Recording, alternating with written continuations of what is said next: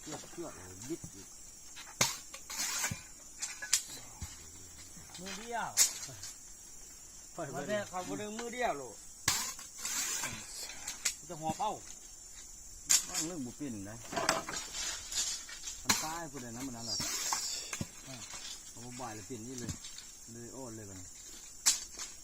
ตีนี่แบบไฟซุปมันโน่ยหมุนมืดพันเข้าเราพากระบอกนี่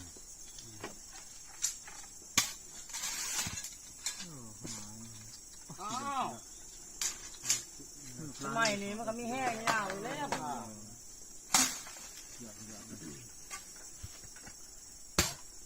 มันนาป้าแต่เกี่ยวข้าวเดียวโอ้โห